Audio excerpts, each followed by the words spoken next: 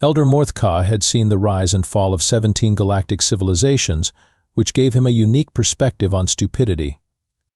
As the last surviving member of the Keeper race, he possessed what lesser beings might call wisdom, though the current Galactic Council preferred to call it senile rambling from a fossil. 200 years ago, when those bipedal mammals from the third rock orbiting an unremarkable yellow star first knocked on the galaxy's door, Morthka had been there. The humans arrived in ships held together with what appeared to be metal tape and sheer audacity, asking politely if they could join the big kids' table of galactic politics meeting. The Council had found them absolutely precious. Here were these creatures who had barely figured out faster-than-light travel, still fighting wars over invisible lines on their homeworld, offering to contribute to galactic civilization. It was like a toddler volunteering to help with brain surgery, adorable and completely misguided. But Morthka remembered something the others had missed during the humans' admission ceremony. When asked about their military capabilities, the human representative, a woman named President Martinez, had smiled in a way that made Morthka's ancient spine tingle with recognition. He had seen that smile before, carved into the faces of warrior statues from dead civilizations. Honorable Council members, Morthka had wheezed through his breathing apparatus after the humans left. I must warn you about these new members. My people have encountered species like this before. They appear peaceful, yes, but beneath that facade lies something far more dangerous. Chancellor Snobbington, even then a pompous windbag with delusions of intellectual superiority, had waved a dismissive tentacle. Elder Morthka, with respect, your age may be affecting your judgment. These humans are clearly a docile species. Did you see their primitive weapons? Their quaint notions of honor? They practically apologized for existing. That is precisely what concerns me, Morthka had insisted. Never give them a reason to fight. Promise me this, Council. Whatever you do, never give humans a reason to truly fight. The Council had voted to officially classify humans as adorably primitive and filed Morthka's warning under elderly concerns, subcategory probably nothing. They gave humanity a small section of space to call their own and a minor voice in galactic affairs, like giving a child a toy steering wheel to keep them busy while the adults drove. For 2 centuries, this arrangement had worked beautifully. Humans contributed to galactic culture with their bizarre entertainment, their inexplicable fondness for pets, and their disturbing tendency to befriend anything with a pulse.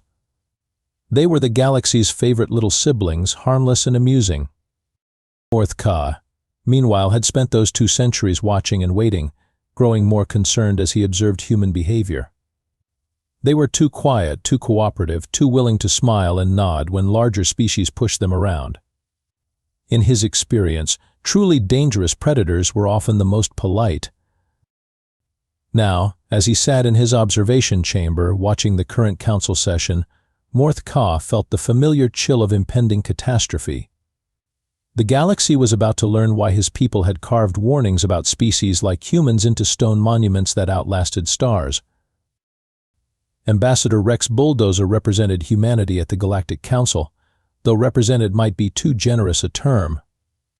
His job consisted mainly of sitting quietly while other species made decisions about the galaxy, occasionally being allowed to speak when the topic concerned human affairs.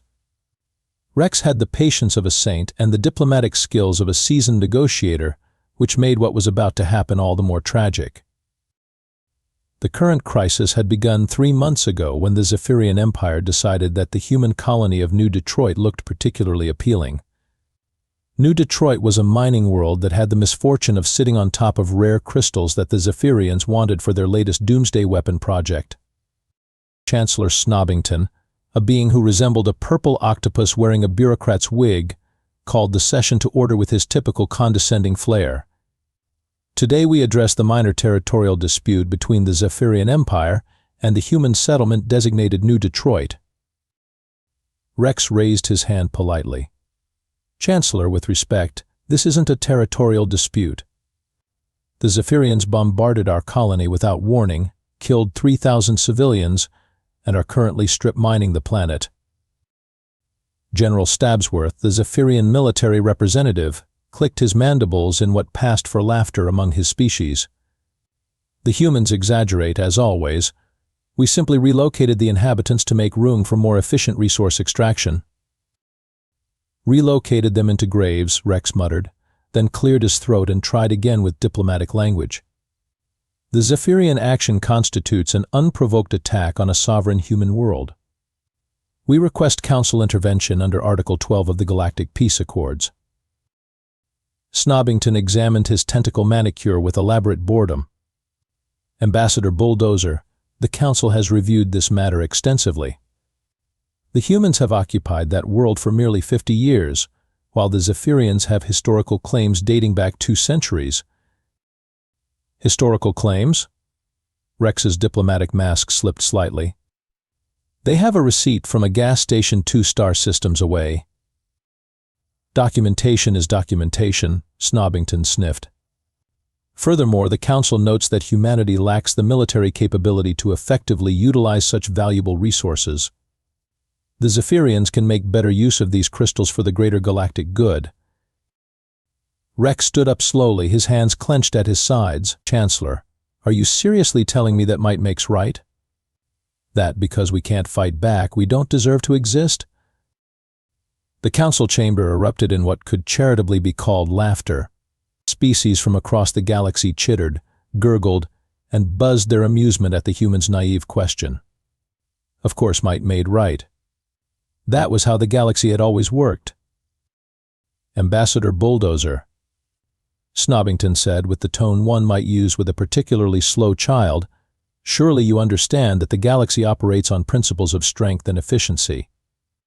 Your species has contributed many delightful cultural elements to our civilization, but military prowess is not among them. Perhaps it would be best if humanity focused on what you do well, entertainment and pet grooming, while leaving matters of territorial significance to more capable species. Rex sat down heavily, his face carefully neutral. I see. And I suppose the 3 other human colonies that have been attacked this month are also territorial disputes. Minor border adjustments, General Stabsworth clicked dismissively. Growing pains as the galaxy optimizes resource allocation. Right. Rex's voice had gone very quiet, which should have been anyone's first warning sign. So when the hegemony glassed New Phoenix last week, that was optimization? The hegemony needed that system for strategic purposes, Snobbington explained patiently. Surely you can see the logic. Rex nodded slowly and made a note in his datapad. Optimization. Got it. And when the consortium enslaved the population of New Harmony? The humans of New Harmony are receiving valuable job training in the service industry, another council member chimed in helpfully. As slaves. As entry-level employees with limited mobility options. Rex wrote that down too, his stylus making small scratching sounds in the suddenly quiet chamber. When he looked up, his smile was perfectly diplomatic and utterly terrifying to anyone who knew how to read human expressions. Well then, council members, I believe I understand the situation perfectly. Thank you for clarifying humanity's position in galactic affairs. Over the following weeks, the attacks on human settlements escalated from minor territorial disputes to what any reasonable observer might call systematic genocide, that, though the Galactic Council preferred the term aggressive urban renewal, Rex dutifully reported each atrocity, his requests for aid growing more desperate as the body count climbed. Captain Buck Neutron arrived at the council chambers during the 3rd week of what historians would later call the Great Galactic Oops. Buck commanded the human defense vessel Defiant Mediocrity, one of the few military ships humanity was allowed to maintain under galactic law. He swaggered into the chamber with the confidence of someone who had clearly never read the fine print of several important treaties. Ambassadors, Buck announced, apparently unaware that protocol required him to wait for permission to speak. I'm here to inform you that humanity is prepared to defend our remaining colonies with everything we've got. The assembled aliens broke into that chittering laughter again. Buck's ship was roughly the size of a Zephyrian shuttlecraft and carried weapons that most species considered decorative at best. Captain Neutron, Snobbington said with exaggerated patience. "While we appreciate your enthusiasm, perhaps you should leave military matters to species better equipped for such endeavors. Your little ship is quite charming, but hardly a threat to anyone." Buck's grin widened in a way that should have reminded someone of humanity's ancestral relationship with apex predators. "Oh, I'm not threatening anyone, Chancellor. Just making sure everyone knows we plan to give as good as we get." General Stabsworth's mandibles clicked with amusement. "Human, your entire fleet consists of 12 ships held together with what you call duct tape. My empire could crush your entire military with a single battle group." "Could you now?" Buck asked with genuine interest. "That's fascinating. You should definitely try that." The casual confidence in Buck's voice caused a brief moment of silence in the chamber, quickly broken by more alien laughter. These humans were clearly delusional about their capabilities, which made their eventual defeat all the more inevitable and entertaining. Rex watched this exchange with growing dread. He had known Buck since their academy days and recognized the signs. Buck only got that relaxed and friendly when he was planning something spectacularly violent. "Chancellor," Rex tried one more time, "I formally request that the Council reconsider its position on human territorial integrity. We're not asking for special treatment, just the same protections afforded to every other member species." Snobbington's response was a masterpiece of condescending bureaucracy.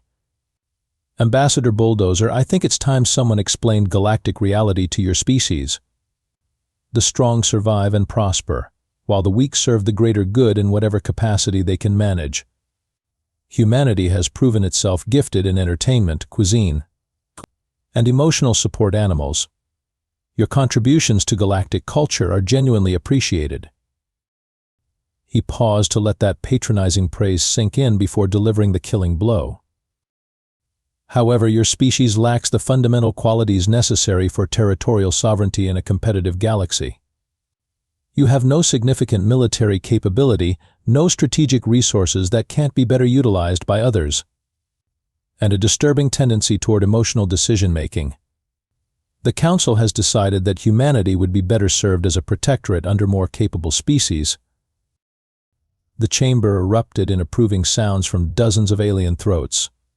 Finally, someone had said what they were all thinking. These humans needed to know their place. Rex stood up slowly, his diplomatic training warring with emotions that were becoming increasingly difficult to contain. A protectorate.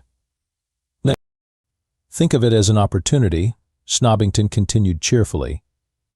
"Your people will be relocated to suitable worlds where they can focus on their natural talents while more capable species handle the difficult work of galactic governance." "Relocated," Rex repeated. "The term reservation has such negative connotations," another council member added helpfully. That was when the news arrived that would change everything. A messenger burst into the chamber with word that the human research station Deep Thought, home to 10,000 civilian scientists and their families, had been destroyed by a combined hegemony consortium task force. No survivors. Rex listened to the report in complete silence, then closed his datapad with a soft click that somehow seemed louder than the excited alien chatter filling the chamber. "Well," he said quietly, "I believe that concludes humanity's participation in galactic diplomacy." "Excellent," Snobbington beamed. "I'm so pleased you're finally seeing reason, Ambassador." Rex's smile in response was the kind that made Elder Morth Ka, watching from his observation chamber, immediately begin updating his will. What happened next confused the Galactic Council more than advanced mathematics confused a particularly dim asteroid. Within 48 hours of Rex's final diplomatic mission, every human in alien space simply vanished. Not violently, not dramatically, but with the quiet efficiency of people who had clearly been planning this moment for some time. Human diplomats politely resigned their positions and caught the next transport home. Human merchants suddenly remembered urgent business in human space. Human tourists discovered pressing family emergencies that required immediate attention. Even the humans working as janitors, cooks, and entertainment staff throughout the galaxy packed up and left. citing everything from family reunions to sudden religious conversions that required them to return to human territory. Chancellor Snobbington found this development delightfully convenient. You see, he told the council during their emergency session, this proves that humans are naturally submissive. They're retreating to their assigned space without requiring force. Perhaps we underestimated their capacity for rational thought. The other council members agreed enthusiastically. Several species had already begun dividing up former human territories, planning mining operations and strategic bases with the giddy excitement of children dividing candy.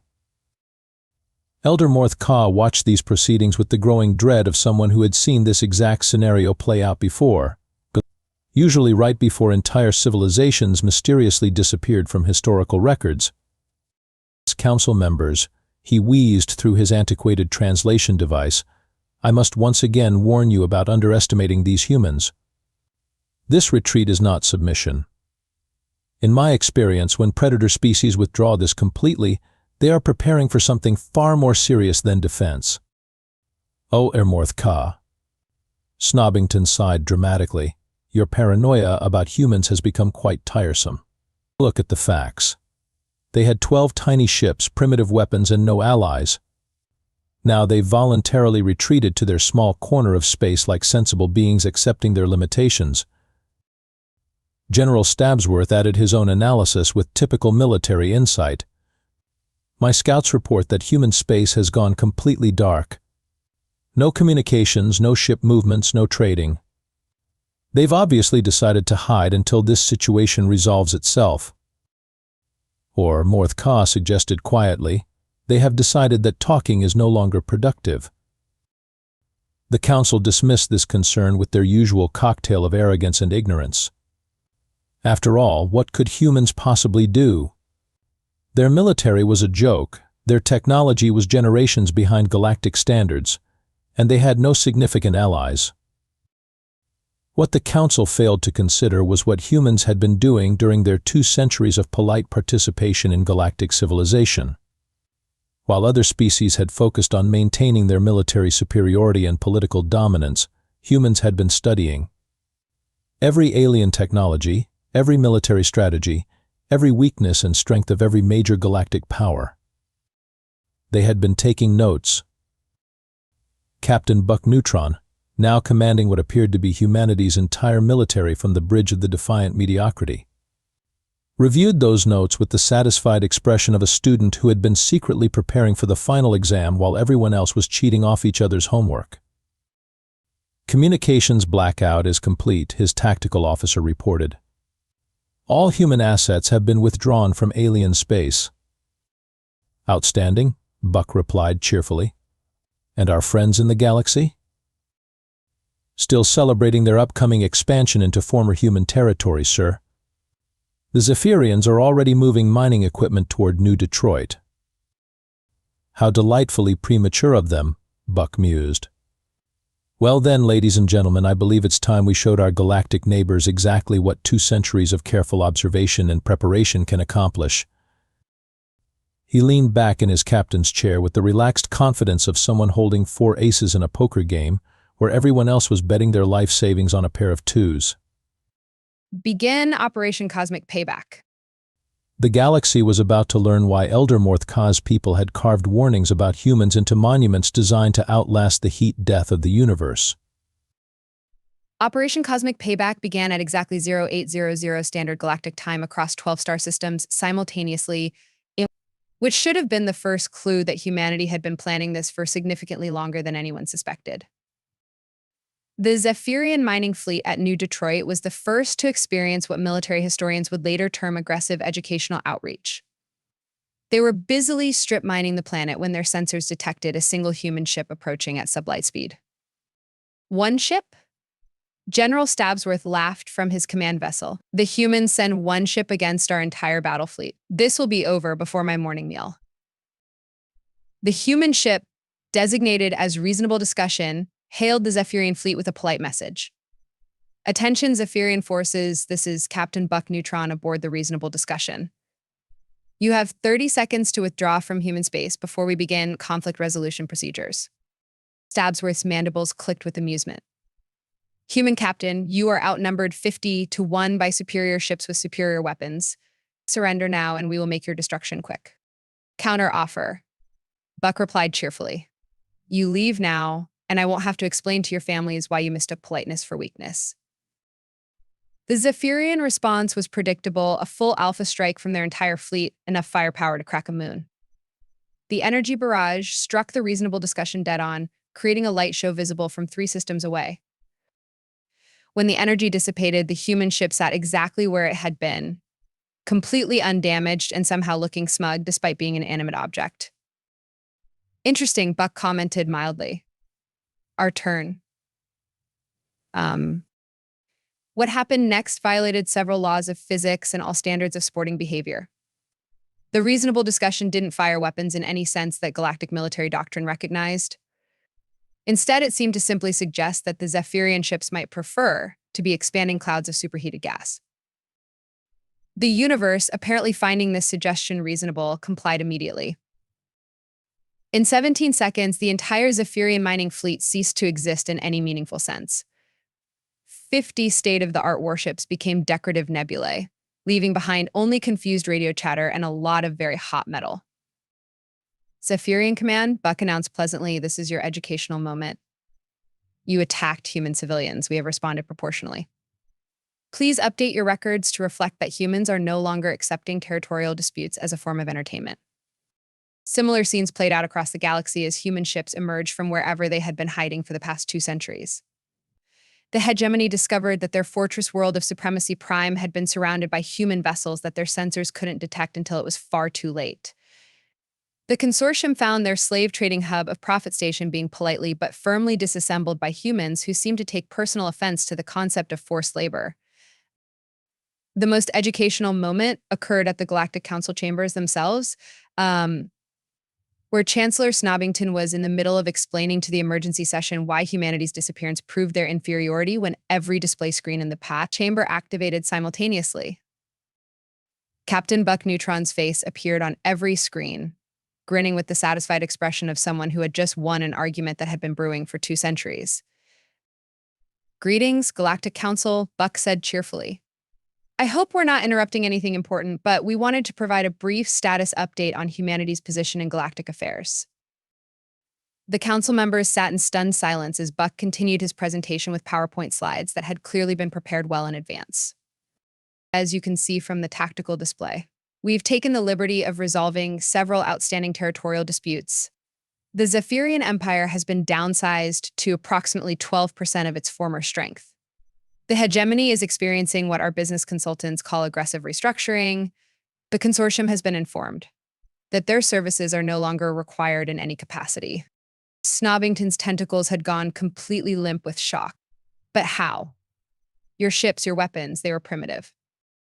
Buck's grin widened. Chancellor, did you really think we spent 200 years learning about galactic technology just to make conversation at diplomatic receptions? We've been taking notes, very detailed notes. The truth hit the council like a meteor made of pure realization. While they had been dismissing humans as harmless primitives, humanity had been conducting the most comprehensive intelligence-gathering operation in galactic history. Every human diplomat, trader, tourist, and janitor had been studying alien technology, military tactics, and strategic weaknesses. 2 centuries of galactic civilizations showing off for the cute little humans had given humanity a complete blueprint for dismantling the entire established order. The galaxy is under new management, Buck announced pleasantly. Please stand by for further instructions. The aftermath of Operation Cosmic Payback resembled nothing so much as a cosmic scale game of musical chairs, where humanity had quietly removed all the chairs while everyone else was dancing. Ambassador Rex Bulldozer returned to the Galactic Council chambers 3 days later, stepping over the debris of shattered alien egos and finding most of the surviving council members huddled in what had previously been the janitor's closet. Gentlemen, ladies, and assorted life forms, Rex announced cheerfully, I trust everyone has had time to review our recent policy adjustments. Chancellor Snobbington emerged from behind a mop bucket, his previously immaculate appearance now resembling something that had been through a diplomatic blender set to puree.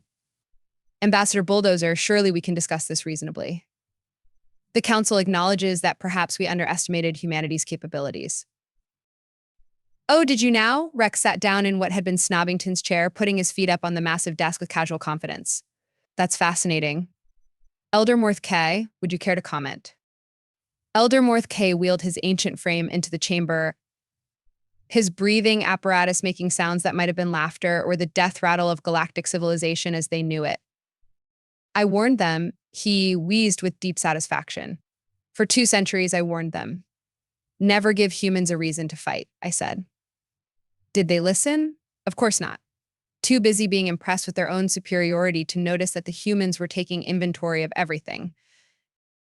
Rex nodded sympathetically. It's amazing how much you can learn about someone's weaknesses when they spend 200 years explaining exactly how superior they are to you.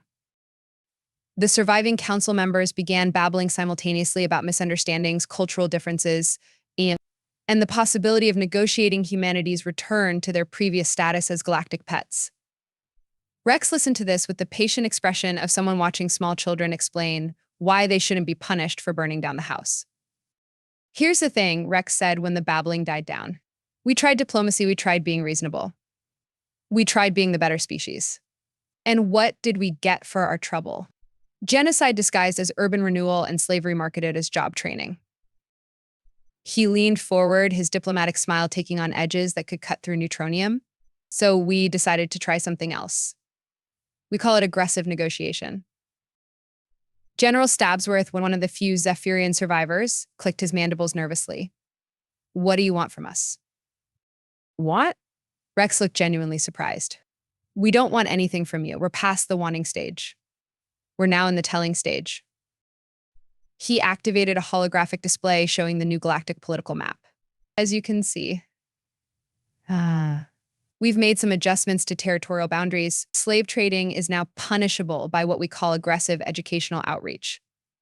Unprovoked attacks on civilian populations result in immediate downsizing of the aggressor's military capabilities, and anyone who confuses politeness with weakness gets a personal demonstration of why that's a poor life choice. The council members stared at the display in growing horror. The map showed human influence extending throughout most of known space, not through conquest, but through what appeared to be voluntary alliance requests from species who had suddenly developed a deep appreciation for human diplomatic skills. You're taking over the galaxy, Snobbington whispered. Taking over? Rex looked genuinely hurt. Chancellor, that's such an ugly way to put it. We prefer to think of it as accepting greater responsibility for galactic affairs, since the previous management proved so spectacularly incompetent. Elder Morthkai's breathing apparatus wheezed with what was definitely laughter now. The best part is, they'll probably do a better job than we did. Rex stood up and straightened his diplomatic jacket with casual dignity. The new galactic charter is being distributed to all surviving governments. Highlights include basic rights for all sentient species, protection for civilian populations, and a comprehensive ban on treating other beings as entertainment. Revolutionary concepts, I know. He paused at the chamber door and turned back with that same diplomatic smile that had fooled everyone for 2 centuries. Oh, and council members, welcome to the new galaxy. Try not to give us any more reasons to demonstrate human conflict resolution techniques. We're still working on making them more proportional.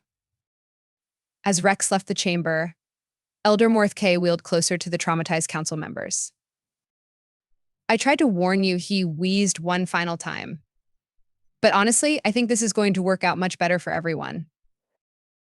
The galaxy had learned, perhaps too late, that sometimes the most dangerous predators are the ones who spend centuries convincing you they're harmless. And humanity, having finally stopped being polite, was ready to start being galactic civilization's very first competent management team.